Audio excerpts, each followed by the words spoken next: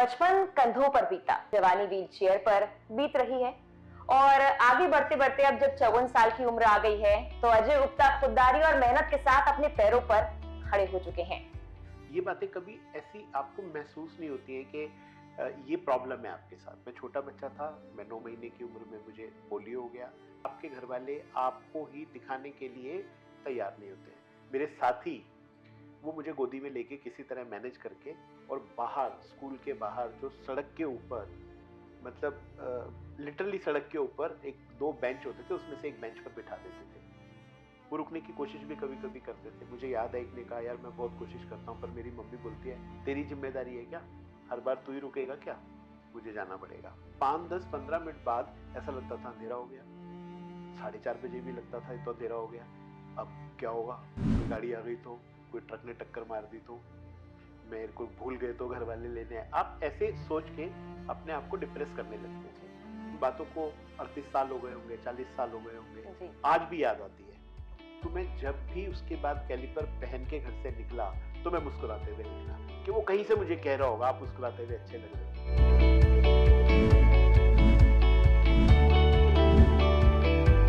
तो उन्होंने कहा कि मैं आपको बताता हूँ कि हम आपको ना जिंदगी भर कैलिपर पहनने के बाद गिरने से नहीं रोक पाएंगे। जैसे ही कहीं पानी आएगा, जैसे ही कहीं ऊंची नीची सड़क आएगी, जैसे ही आपकी क्रचेस के आगे कुछ बैलेंस बिगड़ जाएगा, आप गिर जाओगे। आपको गिरते वक्त ना शर्म करनी है ना डरना है। बहुत सारी जगह पे मैं बहुत बार ये बात बोल चुका हूँ शायद, लेकिन मुझे लगता है कि फियर ऑफ मिसिंग आउट ना एक बड़ी वजह रही होगी यहाँ तक की जर्नी तय करने की। बचपन कंधों पर बीता, गोद में बीता, जवानी व्हील चेयर पर बीत रही है और आगे बढ़ते बढ़ते अब जब 54 साल की उम्र आ गई है तो अजय गुप्ता खुददारी और मेहनत के साथ अपने पैरों पर खड़े हो चुके हैं। ऐसा मैं क्यों कह रही हूं, ये आपको खुद अजय गुप्ता बताएंगे जो मेरे साथ हैं। 100 करोड़ का बिजनेस चलाते हैं, ये तो सभी जानते हैं। बचपन इनकी स्कूल की चेन्स का नाम है और एक नहीं लगभग 11 से 1200 चेन्स हैं बचपन स्कूल्स की। इसके पीछे की कहानी लेकिन क्या है वो आप अगर जानेंगे तो शायद आज आप भी कहेंगे कि ये खुददारी और मेहनत हर इंसान में होनी चाहिए। अजय गुप्ता जी, बहुत बहुत स्वागत है आपका लोकमत हिंदी पर। Thank you, thank you. Sir, जब आप यहाँ एंटर कर रहे थे तो आप व्हीलचेयर पर एंटर कर रहे थे जी। और आपने बहुत कम लोगों की मदद के सहारे आप यहाँ बैठे और आज अपनी कंपनी में एंटर हुए जी। लेकिन यहाँ तक पहुंचने का जो सफर था ना, मैं वो जानना चाहती हूँ, मेरे दर्शक वो जानना चाहते हैं। ये इतना बड़ा ऑफिस, आपकी ये कहानी, आपके आसपास ये लोग, इसके पीछे की बैक स्टोरी क्या है? मेघना जी, मुझे रीच आउट करने के लिए थैंक यू। बातें पूछने के लिए और यहाँ तक आने के लिए आपका बहुत बहुत धन्यवाद।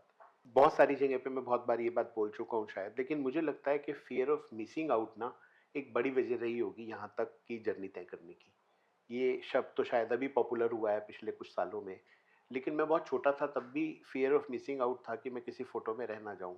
मुझे फ़ोटो से बाहर निकलना अच्छा नहीं लगता था। मुझे सेंट्रल जो भी बातचीत हो रही है उसमें, शायद यही वजह रही होगी मेरे यहाँ तक आने की।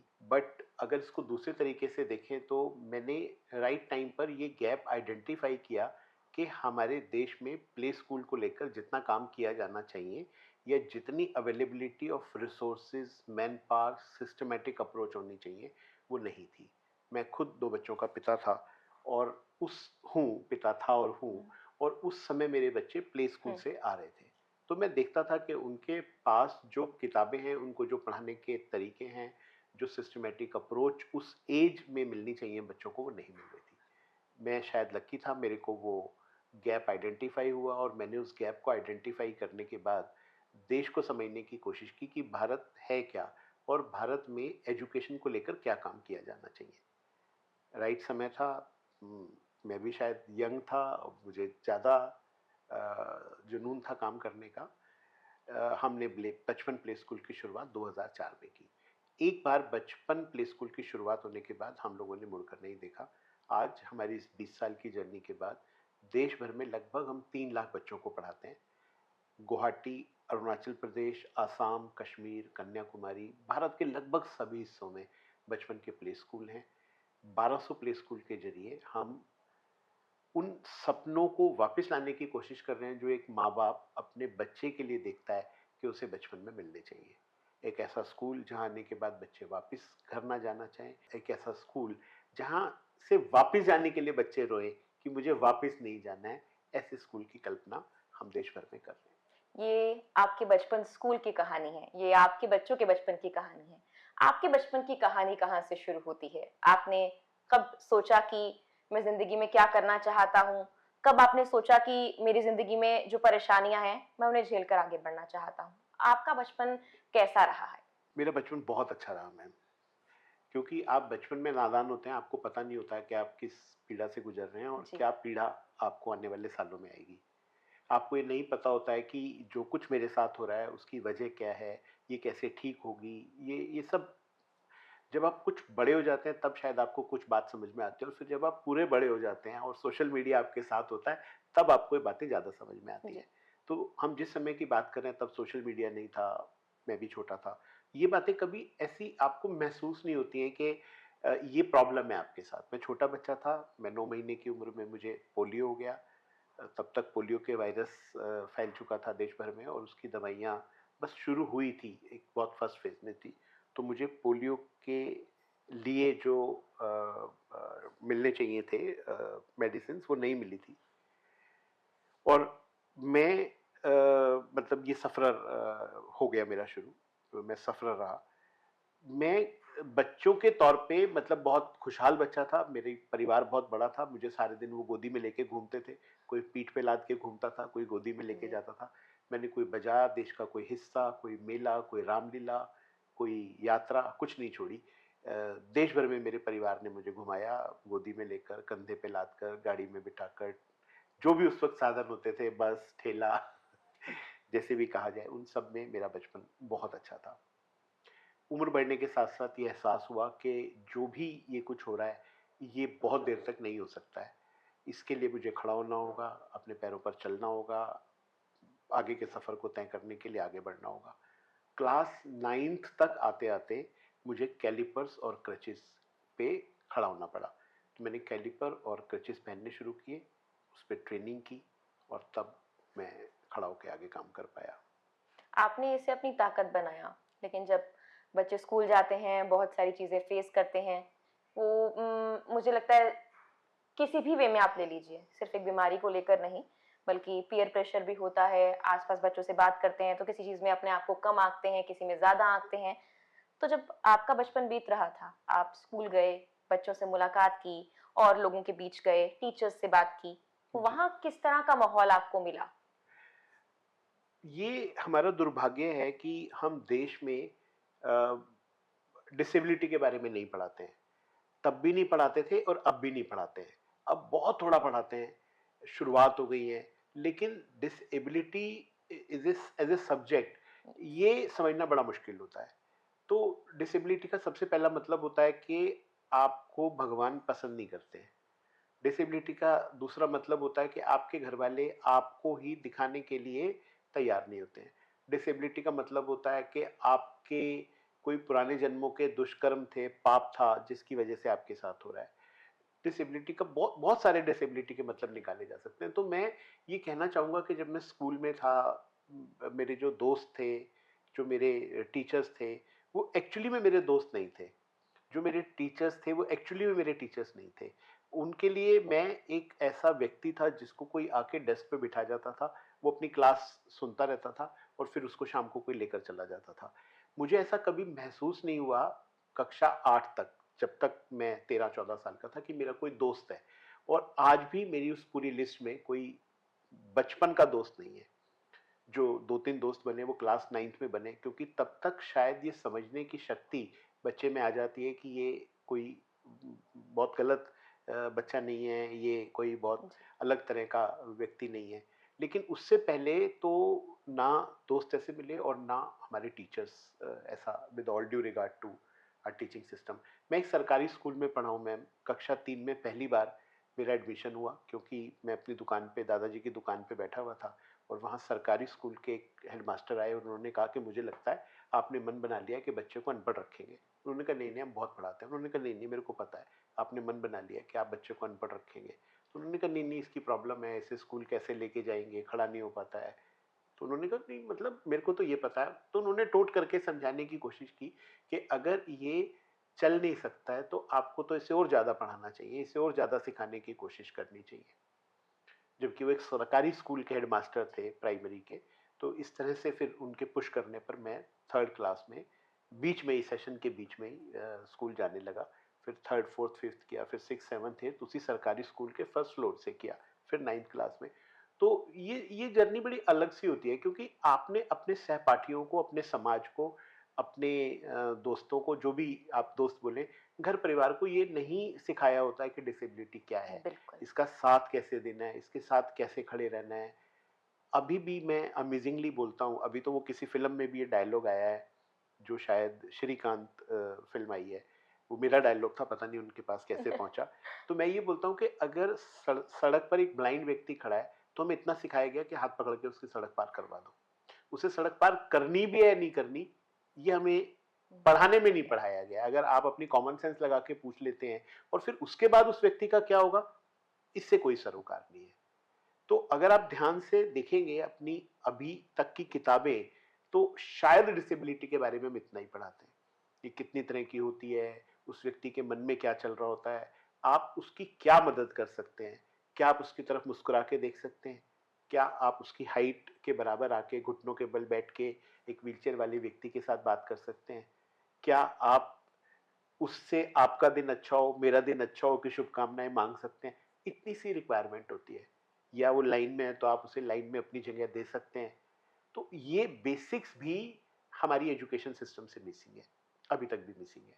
तो स्कूल में कोई ऐसा किस्सा है जो आपको याद हो, जो आप शेयर करना चाहते हैं और जो लोगों के लिए प्रेरणा बने? क्योंकि जाहिर तौर पर डिसेबिलिटी किसी एक व्यक्ति के साथ नहीं होती। शायद उस स्कूल में बहुत सारे और बच्चे भी होंगे या और स्कूल्स में बहुत सारे बच्चे होंगे। आपने भी बहुत सारे ऐसे बच्चों को उस वक़्त देखा होगा अपने बचपन में, जो किसी न किसी चीज़ से जूझ रहे होंगे, गुज़र रहे होंगे। तो हर जी, किसी का एक किस्सा होता है। तो आज भी बहुत सारे ऐसे लोग हैं जो शायद वो किस्सा सुनकर कुछ सीखना चाहते हैं और अपने जीवन को वापस जीना चाहते हैं। बहुत सारे किस्से में आप मतलब अगर यादों के झरोखे में हम चले जाएंगे तो जिस भी तरह से आप पुराने ध्यान में जाएंगे, आपको नई नई तरह की बातें। मैं एक दो तरह के किस्से अलग अलग शेयर करता हूँ। मुझे मेरी हाउस हेल्प हर रोज शाम को 4 बजे लेने आती थी क्योंकि मेरा स्कूल 9 बजे से 4 बजे तक का था। कभी कभी वो मुझे लाना भूल जाती थी या लेट हो जाती थी। तो 4 बजे स्कूल की घंटी बज गई, सरकारी स्कूल था, 15 मिनट बाद टीचर्स को भी निकलना होता था। और शायद अभी भी ऐसा होता है कि स्कूल के हर कमरे के दरवाजे पर पीएन को ताला लगाना होता है। जी। वो बच्चे चेक करता है अंदर कोई बच्चा तो नहीं रह गया है, और फिर एक बार आवाज मारता है और फिर ताला लगा देता है। अब उसको ताला लगाना है और मैं कमरे में अकेला हूँ, तो क्या होगा? तो बड़ी प्रॉब्लम हुई। तो फिर ये डिसाइड किया कि अगर कभी भी ऐसा होगा तो मेरे 2-3 दोस्त, मैं मतलब फिर से बोल रहा हूँ, मेरे साथी, वो मुझे गोदी में लेके किसी तरह मैनेज करके और बाहर, स्कूल के बाहर जो सड़क के ऊपर, मतलब लिटरली सड़क के ऊपर एक 2 बेंच होते थे, उसमें से एक बेंच पर बिठा देते थे। वो रुकने की कोशिश भी कभी-कभी करते थे। मुझे याद है एक ने कहा, यार मैं बहुत कोशिश करता हूँ पर मेरी मम्मी बोलती है, तेरी ज़िम्मेदारी है क्या? हर बार तू ही रुकेगा क्या? मुझे जाना पड़ेगा। हाँ, हाँ, तू चला जा। मैं बड़ी हिम्मत से कह देता था, हाँ, हाँ, मैं बैठा हूँ, तू चला जा। लेकिन 5, 10, 15 मिनट बाद ऐसा लगता था अंधेरा हो गया। 4:30 बजे भी लगता था ये तो अंधेरा हो गया। अब क्या होगा? कोई गाड़ी आ गई तो? कोई ट्रक ने टक्कर मार दी तो? मेरे को भूल गए तो घर वाले लेने आए। आप ऐसे सोच के अपने आप को डिप्रेस करने लगते थे। जी। तो उसी में एक किस्सा है कि एक बार एक बड़ा सा कुत्ता आके मेरे पास में बैठ गया। अब मेरी हालत ऐसी थी जैसे मैं शेर के पास बैठा हूँ और अब ये मुझे खा जाएगा। तो मुझे जितने भी भगवान की कहानी याद हो सकती थी, जितने भी मंत्र, उच्चार, प्रार्थना, जो भी मैं कर सकता था कि कुत्ता मुझे ना खाए। मतलब आज ऐसा ना हो कि कुत्ता मुझे खा जाए। ये आपके साथ मतलब जीवन के हर ऐसे मोड़ पर होता रहता है कि जब आप ऐसा महसूस करते हैं। इस कहानी को एक खराब कहानी कहा जा सकता है। मैं एक अच्छी कहानी और सुनाता हूँ। मैंने कैलिपर्स पहनने शुरू किए और मेरे दादाजी की दुकान से और मेरे घर का रास्ता लगभग कुछ 1 किलोमीटर का था। तो ये सजेस्टेड था कि आप ज़्यादा से ज़्यादा कैलिपर पहन के चलेंगे तो आपको फ़ायदा होगा। तो मैं बड़ी मुश्किल से दादाजी की दुकान से और अपने घर तक जाता था। एक हाउस हेल्प मेरे 6-7 कदम पीछे-पीछे चलती रहती थी कि कुछ अगर कोई प्रॉब्लम हो गई, कहीं गिर गया, कोई मदद चाहिए होगी तो हम अजय की मदद कर देंगे। लेकिन मुझे वो सफ़र अकेले तय करना होता था। तो बहुत चाहते हुए भी मेरे साथ नहीं चलती थी, क्योंकि वो हाउस हेल्प होती थी, उसे शायद ये ठीक नहीं लगता था कि बाबूजी जा रहे हैं और तो मैं पीछे-पीछे चलूँ। एक आध बार मैंने कोशिश की, फिर मैं भी शायद ये बात नहीं समझ पाया। तो मैं आगे-आगे चलता था और 4 कदम, 6 कदम की दूरी पर वो मुझ पे नज़र बनाए रखता था। एक तो मेरे को अपने आप में ऐसा लगता था कि मैं बहुत खराब चल रहा हूँ। पहले मैं एक पैर रखूँगा, फिर एक क्रच बढ़ाऊँगा, फिर एक पैर रखूँगा। तो आप अपने आप में ये गिल्टी महसूस कर रहे होते हैं। जिस जिस दिन आपने शेव नहीं की होती, आप ठीक से ड्रेस नहीं होते, तो आपको लगता है कि मैं कुछ आज मिसिंग है। तो हर रोज़ ऐसी फीलिंग आती थी कि कुछ मिसिंग है और मेरे को लोग देख रहे हैं चलते हुए, मैं कितना। तो एक दुकानदार जो वहाँ पे द नाई की दुकान चलाता था, बार्बर शॉप थी, वो कभी-कभी मुझे देख लेता था, मैं भी उसकी तरफ देख लेता था। कभी-कभी मुस्कुरा देता था, तो मैं मुस्कुराहट को मतलब नज़रअंदाज कर देता था और अपना सड़क की तरफ कदम करके चलता रहता था। तो एक दिन आया, कहता आप ना मुस्कुराया करो कभी-कभी, आपको पता नहीं आप चलते हुए और मुस्कुराते हुए कितने अच्छे लगते हो। तो वो उसकी बात शायद आज, उन बातों को 38 साल हो गए होंगे, 40 साल हो गए होंगे, जी। आज भी याद आती है। तो मैं जब भी उसके बाद कैलिपर पहन के घर से निकला, तो मैं मुस्कुराते हुए निकला, कि वो कहीं से मुझे कह रहा होगा आप मुस्कुराते हुए अच्छे लग रहे हो, कितना शानदार चलते हो आप, ऐसे अपनी मुस्कुराहट मत छोड़ो। तो शायद वो पढ़ा लिखा नहीं था, शायद वो मेरा रेगुलर बार्बर भी नहीं था, बट कभी कभी इतनी सी कुछ बातें जो हैं, जी। वो आपके जीवन को आगे बढ़ाने में मदद कर देती हैं। और कभी कभी बहुत छोटी बातें जो हैं, वो आपको रोक कर बैठ जाती हैं। ज़ाहिर तौर पर कुछ लोग हमारी बेबसी देखते हैं और खुद भी उस पर परेशान होते हैं, हमें मजबूर करते हैं कि हम भी अपनी बेबसी को पहचानें। और कुछ लोग आपको प्रोत्साहित करते हैं। आपकी एक कहानी आपकी बेबसी की थी, लेकिन दूसरी कहानी उन लोगों के लिए है जो ये सोचते हैं कि जीवन में कुछ भी अच्छा नहीं है। तो बिल्कुल। बहुत कुछ अच्छा है, शायद हमारे देखने का नज़रिया वैसा नहीं है। आपने थोड़े दिनों बाद ही सही, जब आपने उस बार्बर को देखा जिसने आपको मुस्कुराने के लिए कहा, तो एक नया जीवन मुझे लगता है उस दिन आपको मिला और आपने सोचा कि मैं एक आम व्यक्ति हूँ। बिल्कुल। जब मैं चल भी रहा हूँ, जा भी रहा हूँ, लोगों से बात भी कर रहा हूँ, तो मैं अपनी ज़िंदगी भी आम तरीके से जी सकता हूँ। और मुझे जी। लगता है ये बहुत सारे लोगों के लिए इम्पोर्टेंट है ये जानना। खैर, आपका बचपन यहाँ तक था। जब आप बड़े हुए, अब बहुत सारी चीज़ें होती हैं सोचने के लिए। शादी है, घर है, बिज़नेस है, काम करना है, कमाना है, आस-पास के जो लोग हैं, उनके ताने भी हैं। क्या करोगे बड़े होकर? ये तो हर किसी व्यक्ति के साथ होते हैं। तो आपके जीवन में भी ज़ाहिर तौर पर हुए होंगे। वो वाला फ़ेज़ कैसा था? कोई कहानी, कोई किस्सा, कैसे आगे बढ़े? खराब किस्सों को कम से कम याद किया जाना चाहिए बिल्कुल। मैम, ऐसा मुझे लगता है। चूँकि वो दौर एक अलग दौर होता है, आप उस दौर से गुज़र रहे होते हैं, आप डे टू डे की जो आपकी समस्याएँ होती हैं, वो प्लान हो रही होती हैं। तो मैं इसको किसी और तरीके से बताता हूँ, जिसमें आपको भी सुनकर मज़ा आएगा और शायद आपके सुनने वालों को भी मज़ा आएगा। मैंने एक बुक लिखी है, उसमें मैंने एक चैप्टर में भी अपनी ये बात बताई है, द आर्ट ऑफ फॉलिंग। ये जीवन के हर फेज में काम आती है, इसलिए मैं उस स्टोरी को यहाँ पे ला रहा हूँ और फिर मैं I try to connect it. जब मैं कैलिपर्स पहन रहा था और कैलिपर्स पहन के मेरी चलने की ट्रेनिंग हो रही थी, तो मैं एक इंस्टीट्यूट में जाता था और वो इंस्टीट्यूट हमें चलना सिखाता था कि आप कैलिपर पहनेंगे, दो लोग आपके हाथ पकड़ के खड़ा करेंगे, आपके दोनों तरफ क्रचेज लगाएंगे और फिर वो बताएंगे कि इतना कदम ऐसे ऐसे भरना है। कैलिपर जो है वो आपको मुड़ने की सुविधा नहीं देता, आपके पैर बिल्कुल सीधे होते हैं, तो आपके लिए कदम आगे बढ़ाना बहुत डिफिकल्ट होता है। और जो तब कैलिपर्स आते थे, जो शुरू के कैलिपर्स थे, उनका वजन लगभग 35 किलो 34 किलो ऐसे होता था। धीरे धीरे उसमें कुछ बदलाव हुआ और फिर एल्युमिनियम के कैलिपर्स आने लगे और फिर प्लास्टिक के कैलिपर्स भी आने लगे, बट उस वक्त के कैलिपर्स स्टील के कैलिपर होते थे और उनका लगभग ये वजन होता था। तो मेरी ट्रेनिंग शुरू हुई और मैं बार बार गिर जाता था। तो गिरना बड़ी आम बात रही है लाइफ में। तो जब मैं गिरता था, तो फिर मैं ऐसे इधर उधर देखता था कि कोई मुझे उठाएगा, कोई मेरी मदद करेगा, कोई मुझे समझेगा कि मैं गिर गया। और मेरी तो वो वहाँ पर डॉक्टर बंजारी थे जो उस डिपार्टमेंट को हेड करते थे। एक बार उन्होंने मुझे बताया कि Ajay, I would like to know you. वो भी महाराष्ट्र से थे। तो उन्होंने कहा कि मैं आपको बताता हूँ कि हम आपको ना जिंदगी भर कैलिपर पहनने के बाद गिरने से नहीं रोक पाएंगे। जी। जैसे ही कहीं पानी आएगा, जैसे ही कहीं ऊंची नीची सड़क आएगी, जैसे ही आपकी क्रचेस के आगे कुछ बैलेंस बिगड़ जाएगा, आप गिर जाओगे। आपको गिरते वक्त ना शर्म करनी है, ना डरना है। गिरने में आपको चोट ना लगे, बस ये तय करना है। तो आप अपने गिरने के उस सेकंड्स के 100वें हिस्से में फटाफट ये डिसाइड करो कि गिरना कैसे है। गिरना तो है ही, तो अब गिरने का मजा लो फटाफट। सर मजा कैसे लूंगा, ये तय करो। हाथों के बल गिरना है, पीठ के बल गिरना है, लेफ्ट में गिरना है, राइट में गिरना है। गिरना तो है ही। अगर आप इस चक्कर में रहोगे कि मैं गिरने से बच जाऊं, तो नुकसान ज्यादा हो सकता है।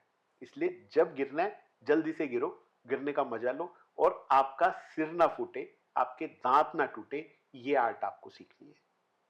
तो मैंने उसका नाम रखा आर्ट ऑफ फॉलिंग। ये लाइफ में तब से और अब तक हो रहा है।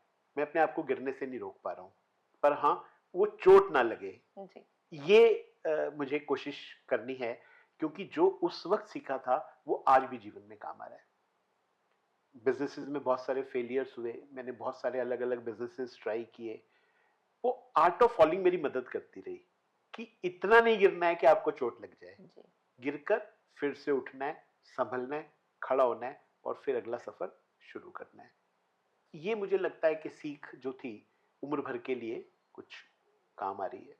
पहला बिजनेस कैसे शुरू किया, घर वालों को कैसे मनाया, और पहली कमाई क्या थी आपकी? पहली बिजनेस नहीं बोल सकते, पहली नौकरी बोले या पहले गल्ले पे बैठना बोले। मेरे दादाजी की मिठाई की दुकान थी, जैसे मैंने बताया।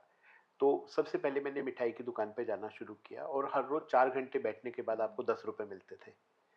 तो वो पहले जो जिम्मेदारी थी वो सिर्फ डिब्बा बांधने की थी, कि आपको वो डिब्बा पैक करना आना चाहिए मिठाई का। दूसरी जिम्मेदारी थी कि आपको कुछ वजन करके नमक पारा या काजू या जो नमकीन होती थी वो पैक करना आना चाहिए। तीसरी जिम्मेदारी थी कि एक बड़े से स्टोर में बड़ी सी प्लेट में, मतलब उसको वो कुछ अलग तरह से बोला जाता है, और उसमें से आपको रसगुल्ले गिन के निकालने हैं। तो रसगुल्ले तो आसान थे, आपने 12 गिने, निकाला, डब्बा बांधा, लेकिन आपके हाथ में कम से कम रस लगे, रस को वहीं निचोड़ा जाना चाहिए। इस ये धीरे धीरे फिर लगभग 1 साल के बाद हमें गल्ले बैठने पे मिला कि आपको पैसे काटने हैं, अब आप डिजर्व करते हो, आपका डिप्लोमा हो गया है कि अब आप पैसे ले सकते हो। तो ये ग्रेजुअल सबसे पहली लर्निंग थी बिजनेस की, जब मैं अपने दादाजी की दुकान में था। उसके बाद मैं अपने पिताजी की दुकान में गया, जो छावड़ी बाजार थी, वहाँ पर सैनिटरी हार्डवेयर की दुकान थी। अ, बहुत लंबा सफ़र होता था। आप पहले स्कूटर पे बैठते थे, फिर 12 टूटी चौक तक पहुँचते थे, फिर वहाँ से रिक्शा करते थे। अब आप रिक्शा में कैसे चढ़ेंगे, क्योंकि रिक्शा मतलब कि एक अपनी हाइट होती है। तो पर बड़ा मज़ा आता था कि आप 3-4 तरह से ही करते थे। फिर जो दुकान थी वो थोड़ी बेसमेंट में थी, वहाँ तक रैंप था, उस रैंप पे से जाना होता था। दुकान में टिपिकली कोई टॉयलेट नहीं था, क्योंकि छोटी-छोटी दुकानें होती हैं, तो आपको गली के एंड में एक सरकारी टॉयलेट में जाना होता था। तो आप कोशिश करते थे कि एक ही बार जाना पड़े, ताकि इतनी दूर चल के जाना है, वो भी सिर्फ टॉयलेट के लिए, तो वो सिर्फ टॉयलेट रह जाता है इंस्टेड के अभी। तो ये दूसरा बिजनेस का सफ़र था। फिर मैंने शेयर बाजार में कुछ देर काम किया। एक chit fund company Madras chit fund act में चलती थी, वो थी, वो उसमें मैंने काम किया, पिताजी की कंपनी थी। मैं इन सब बिजनेसेस को धीरे धीरे करके बंद करता गया। मैं एक फेलियर बिजनेसमैन हूँ। जो early stages of my business hood है, वो एक फेलियर बिजनेसमैन की है। तो ग्रेजुअली फिर शायद मुझे बिजनेस करना आ गया, शायद मेरी किस्मत ने मेरा साथ दिया, शायद मैं राइट प्लेटफॉर्म जो मुझे चाहिए था वो मिला। तो मैंने शेयर बाजार में कुछ देर, लगभग 3 साल शेयर ब्रोकर का काम भी किया। मैं सब ब्रोकर था। फिर मैंने पेपर दिया, मैं जयपुर से शेयर ब्रोकर बन गया। बट जयपुर घर वालों को, मुझे भी लगता था कि मैं घर से दूर जाकर कैसे काम करूँगा और क्यों करना है। फिर मैंने कंप्यूटर एजुकेशन का सेंटर शुरू किया। तो इस तरह से 5-6-7 बिजनेसेस करते करते फिर मैं बचपन तक पहुंचा। अभी आपके घर में कौन कौन है? मेरे पापा हैं, मेरी मम्मी हैं, 2 मेरे छोटे भाई हैं, एक सिस्टर हैं, सब हैप्पीली मैरिड हैं, साथ रहते हैं हम तीनों ब्रदर। मेरी वाइफ हैं, एक ही वाइफ हैं, 2 ही बच्चे हैं। मेरी वाइफ हैं, 2 बच्चे हैं। मेरी बड़ी बिटिया डॉक्टर है, बट वो अभी मेरे को ऐसा लगता है कि मैं अच्छी स्टोरीज सुनाता हूँ, तो मेरी स्टोरी सुन के वो उसने मुझे बिजनेस में ज्वाइन कर लिया। But otherwise she is qualified doctor and then done her IIM from Kolkata, business management, health care management में। My sun is a lawyer, अभी वो भी बिजनेस में मेरे साथ है। तो एक अच्छा सा परिवार है आपका और जाहिर तौर पर आपके माता पिता भी बहुत प्राउड फील करते रहे हैं आपको लेकर, क्योंकि आपने गिर कर उठना सीखा है जो हर आम इंसान को सीखना चाहिए। लेकिन जब पुराने दौर की बातें होती हैं, जब बचपन याद किया जाता है, जब जवानी याद की जाती है कि शुरुआत हुई थी, जी लगा था कि अब गिरेंगे तो पता नहीं उठेंगे कैसे, जी। तो जब वो याद किया जाता है तब कैसा माहौल होता है आपके लिए? नहीं, सभी बड़े मतलब एस्पिरेशनल हैं मेरी सक्सेस को लेके, सबको परिवार में बहुत अच्छा लगता है। इसको फिर से मैं एक अलग तरह की कहानी के हम्म। जरिए बताता हूँ। जब मैं बचपन स्कूल की शुरुआत कर रहा था तो मैं अपने बच्चे और अपने सिस्टर के हम्म। बच्चे और बाहर के कुछ 4-5 बच्चों के साथ एक फ़ोटो शूट कर रहा था। बहुत अर्ली स्टेज थी, पता नहीं था हम किस तरफ जाएँगे। तो टोटल फ़ोटो शूट का जो खर्चा था, वो कुछ ₹300 था, जिसमें फ़ोटोग्राफ़र के भी पैसे थे, हमने बच्चों के लैंडयार्ड बनवाए हम्म। थे, वो थे, कुछ कागज़ बनवाए थे बच्चों के हाथ में पकड़ने के लिए। बस कुछ इतना ही खर्चा था, 300-400। तो शाम को जब हम घर में घुसे वो सारा काम करके, तो ऐसे से कमेंट्स थे कि इसने सुबह से बच्चों को परेशान किया हुआ है, चीजें तो पता नहीं क्या होंगी नहीं होंगी, इधर कर उधर कर, ऐसे बिठा, कपड़े बदल, पानी लगा, बाल बना, सुबह से बच्चों को परेशान किया हुआ है।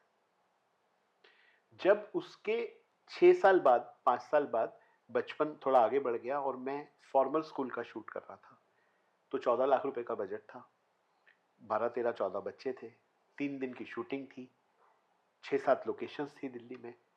तो तब ये कमेंट थे, हम ना कहते थे हमारा बच्चा तो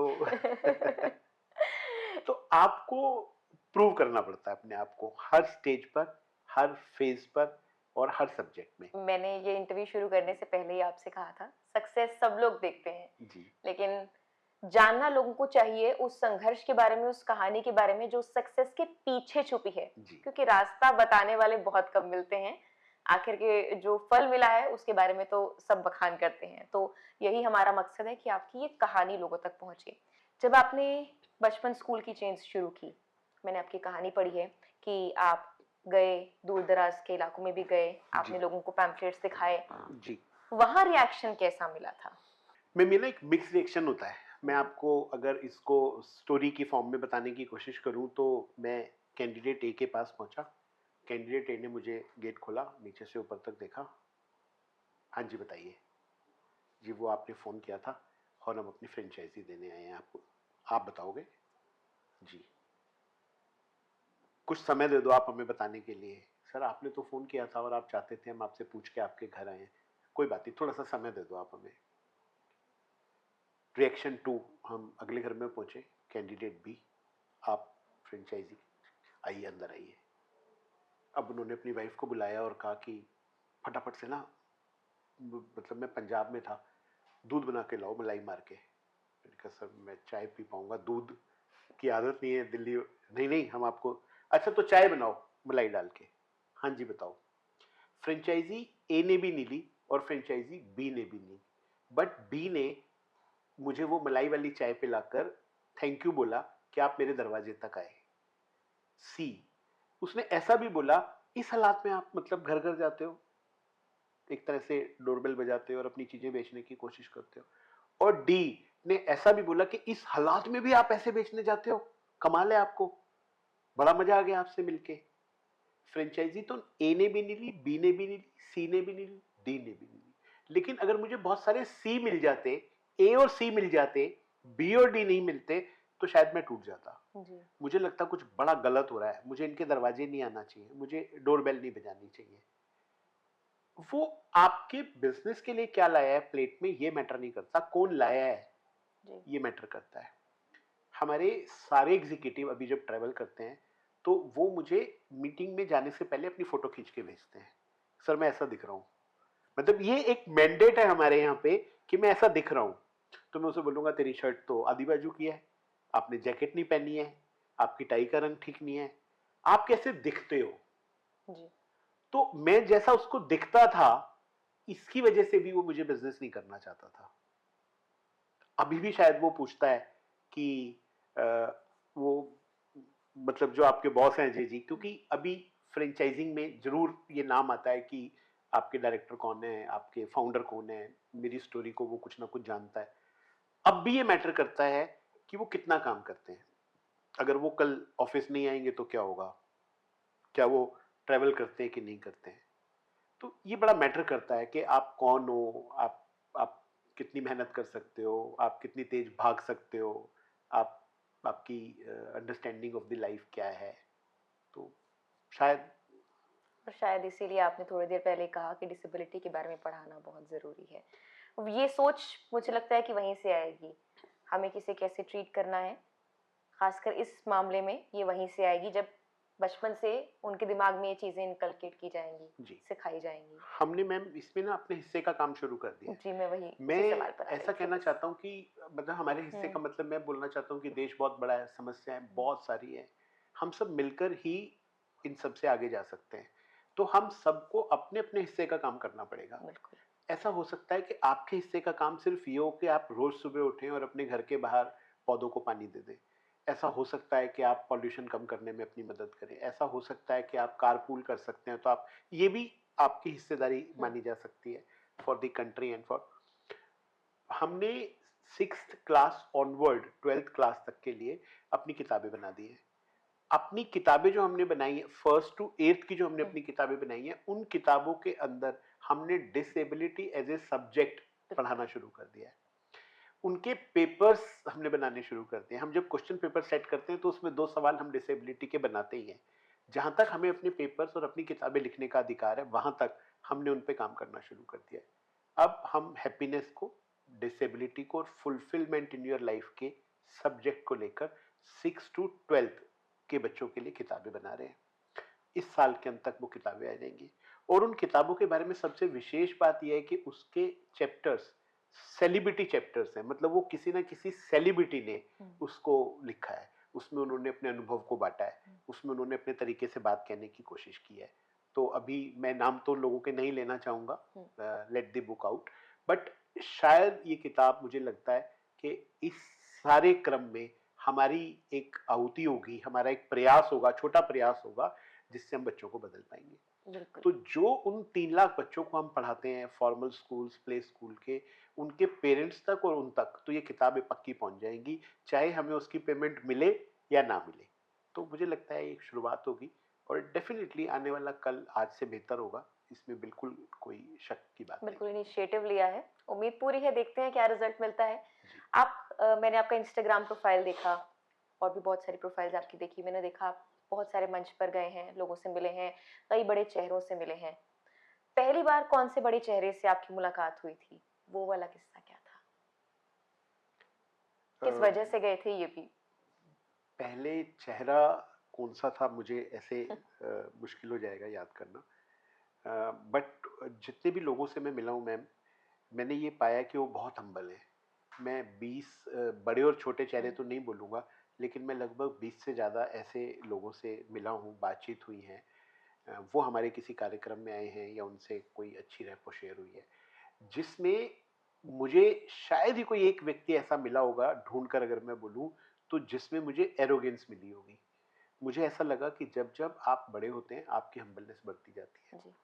उनका जीवन के प्रति जो एक्सेप्टेंस है वो बहुत ज़्यादा है।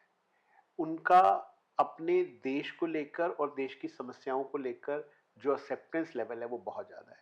और उसमें से बहुत सारे लोग हमारी उस बुक के हिस्से हैं, बहुत सारे लोग हमारे साथ पीछे से, पर्दे के पीछे से हमारे साथ काम कर रहे हैं। तो उनसे सीखने का क्रम जो है वो लगातार जारी है। पिछले वर्ष हमारे साथ बाईचुंग भूटिया थे। मैंने उनके जैसा हम्बल व्यक्ति शायद कभी देखा हो। हम 5 साल पहले पीटी उषा जी के साथ कुछ काम कर रहे थे। पीटी उषा जी मतलब हमारी किचन में खड़े होकर अपनी रोटी अपने आप बनाना चाहती थी। She is so humble. अभी साइना नेहवाल जी हमारी ब्रांड एम्बेसडर 1 साल के लिए, और जब हम उनके घर पहुंचे तो वो खुद हमारे लिए पानी और कोक, और तो ये हम्बलनेस है जो आपको बड़ा बनाती है। ये तो ठीक है कि आपने मेहनत की है, आपने उतने घंटे कोर्ट में पसीना बहाया है, आपने देश के लिए मेडल्स जीते हैं, बट आपकी हम्बलनेस है जो आपको और बड़ा करती है। बिल्कुल। तो ये सब सेलिब्रिटीज ऐसे हैं जिनके नाम लिए जाने चाहिए। आखिरी में चाहती हूँ कि आप उस सोसाइटी और उन लोगों के लिए एक मैसेज ज़रूर दें, वो सोसाइटी जो कभी कभार डिसेबिलिटी के साथ जो लोग होते हैं उनको एलिमिनेट करने की कोशिश करती है, जी। इस तरीके से कि कोई बच्चा क्लास में है तो उसके लिए अलग से चेयर लगा दी जाती है, जी शायद ये उस बच्चे को मदद नहीं करता है कभी भी, वो उसे हमेशा फील करवाता है कि मैं इस क्लास से अलग हूँ, इस समाज से अलग हूँ, सोसाइटी से मैं अलग हूँ। तो सोसाइटी के लिए जो बच्चे की मदद नहीं करना चाहती, उसकी बेबसी के चलते उसको एलिमिनेट कर देती है। और उस बच्चे के लिए जो इस डिसेबिलिटी से जूझ रहा है, लेकिन क्योंकि समाज नहीं चाहता कि वो इसे माने, वो कोई पुराना बैगेज लेके साथ चले कि इस वजह से मेरे साथ ऐसा हुआ, जैसा कि आपने शुरुआत में बताया, वो बच्चा एक्सेप्ट करे कि जो है यही है और मैं ऐसे ही आगे बढ़ के दिखाऊंगा। जी, मैं इसमें 2 बातें बोलता हूँ मैम। हम लोगों ने, मैं को-फाउंडर हूँ रिशीव्ड यूनिवर्सिटी का। हम लोगों ने रिशीव्ड यूनिवर्सिटी बनाई है और हमने हर फ्लोर पे 2 कमरे, 10 फ्लोर के हॉस्टल के हर फ्लोर पे 2 कमरे हमने पर्सन्स विद डिसेबिलिटी के लिए बनाए हैं। हम उन्हें ग्राउंड फ्लोर पे भी बना सकते थे, एक साथ भी बना सकते थे, जी। बट फिर से अगर हम ऐसा करते तो हम उन्हें समाज से बाहर कर देते। जी। हम उनके लिए क्लासरूम में एक अलग कुर्सी लगा देते, एक अलग कोने में।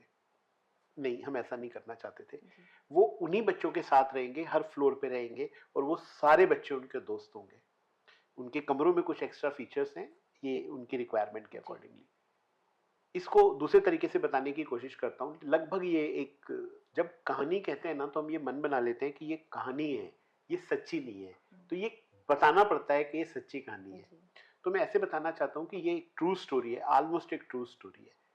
मेरी कॉलोनी में, मेरे घर के सामने एक पार्क है और उस पार्क के सामने एक और मकान है। उस मकान में एक बच्चा लगभग 15 साल का है जो व्हीलचेयर पे है।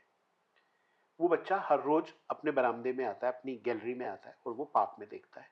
पार्क में जो बच्चे खेल रहे हैं वो उसे वेव करते हैं, वो बच्चा भी उसे वेव करता है। ये बच्चे भी उसको साथ खिलाना चाहते हैं और वो भी उनके साथ खेलना चाहता है।